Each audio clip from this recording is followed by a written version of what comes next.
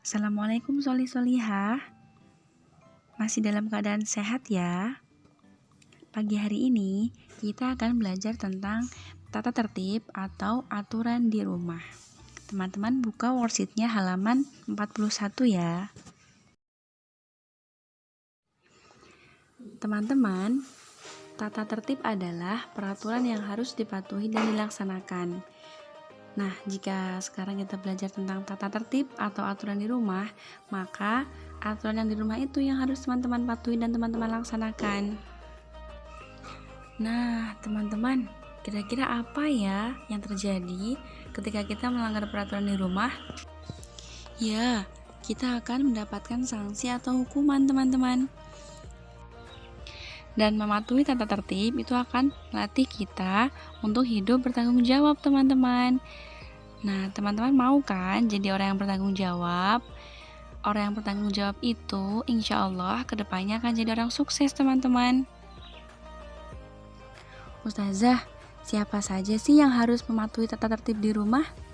Nah, yang harus mematuhi tata tertib atau aturan di rumah itu adalah seluruh keluarga teman-teman yang ada di rumah. Siapa saja mereka? Ada ayah, ada bunda, abi, umi, kakek, nenek. Kalau ada kakek dan nenek di rumah, terus adik, kakak, ya siapapun yang ada di rumah itu, teman-teman. Nah, selanjutnya, mari kita perhatikan tata tertib yang ada di rumah Abdullah ya. Ya, Abdullah bangun pagi pukul 5. Abdullah merapikan tempat tidur. Abdullah bergegas mandi dan berwudu. Abdullah melaksanakan sholat subuh. Lalu Abdullah melaksanakan sholat subuh. Nah, Abdullah juga selalu meminta izin jika bepergian. Dan ketika bermain, Abdullah tidak boleh lupa waktu. Dan Abdullah membersihkan kembali mainan yang sudah digunakan. Kemudian, Abdullah juga mencuci piring teman-teman setelah Abdullah makan.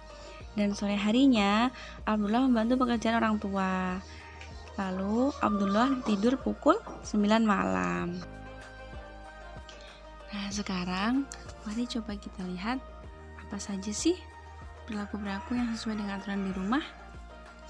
Nah, yang pertama ada bangun tidur tepat waktu, teman-teman.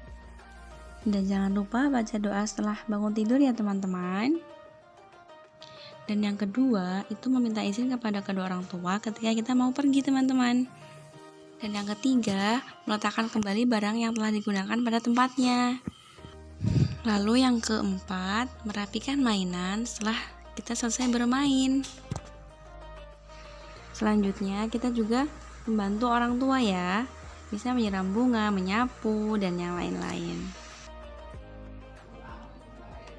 Nah, apa saja sih manfaat mematuhi aturan di rumah?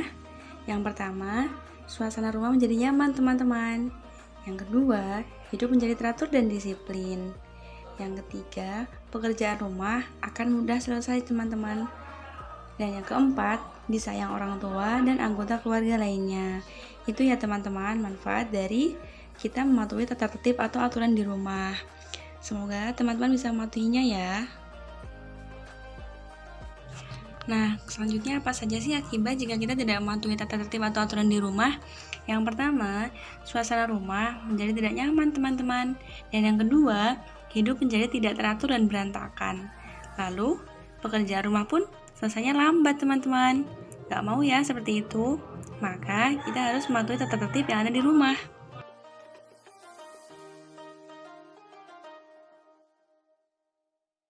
Selanjutnya, tugas teman-teman di halaman 43 adalah memilih gambar mana yang sesuai dengan tata tertib gitu. Nah, yang sesuai itu teman-teman berikan tanda centang ya. Nah, teman-teman, di halaman 44 kita belajar meneladani Nabi Hud alaihissalam. Nah, sejak kecil Nabi Hud itu sudah menjadi teladan, teman-teman. Nabi Hud sangat santun dan berbudi luhur. Dan Nabi Hud taat kepada Allah Subhanahu wa taala, tidak mudah marah, kemudian memiliki sifat ahsan ya atau baik, lemah lembut, santun dan juga berbudi luhur. Nah, kita meneladani ya, teman-teman ya. mengikuti sifat-sifat beliau yang sangat mulia. Selanjutnya di sana ada hadis tentang berakhlak baik teman-teman. Ya, teman-teman simak ustazah ya. Inna khiyarukum ahasinikum akhlaqan. Artinya, sebaik-baik orang di antara kalian ialah orang yang baik akhlaknya. Hadis riwayat Al-Bukhari, Muslim. Nah, di sini teman-teman, setelah kita mengetahui bahwasanya Rasulullah SAW menganjurkan kita untuk berbuat baik ya, karena sebaik-baik manusia adalah yang paling baik akhlaknya. Maka kita harus mencontoh beliau. Salah satu akhlak yang menunjukkan kebaikan adalah ya kita berbuat baik kepada orang lain. Seperti itu.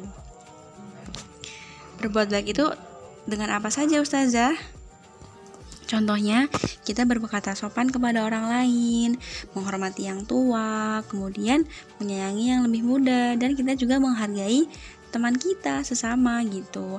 Kemudian, ketika kita punya rezeki lebih ya, kita bertemu dengan yang membutuhkan, kita berikan apa yang kita punya. Misalnya kita bersedekah, seperti itu. Terutama kita berbuat baik kepada orang tua kita dulu ya teman-teman. Kita mentaati mereka, apa yang mereka perintahkan kita ikuti, kita menyayangi mereka. Itu juga perbuatan baik teman-teman, dan itu sangat Allah sukai. Apalagi dengan seorang ibu ya, bunda kita, umi kita. Nah, surga kita adalah berada di bawah telapak kaki ibu teman-teman. Ustazah yakin teman-teman adalah anak solihah yang sangat menyayangi orang tuanya dan mengikuti apa perintah orang tuanya. Nah, itu tadi penjelasan dari Ustazah teman-teman. Selanjutnya silakan kerjakan di halaman 45 tugas teman-teman lagi, yaitu melingkari gambar dari contoh perbuatan hasan ya, perbuatan baik. Silakan teman-teman lingkari, teman-teman pilih mana yang itu menunjukkan perbuatan baik, seperti itu. Semoga Allah mudahkan teman-teman. Jangan lupa berdoa ya sebelum dan sesudah mengerjakan. Saya akhiri. Wassalamualaikum warahmatullahi wabarakatuh.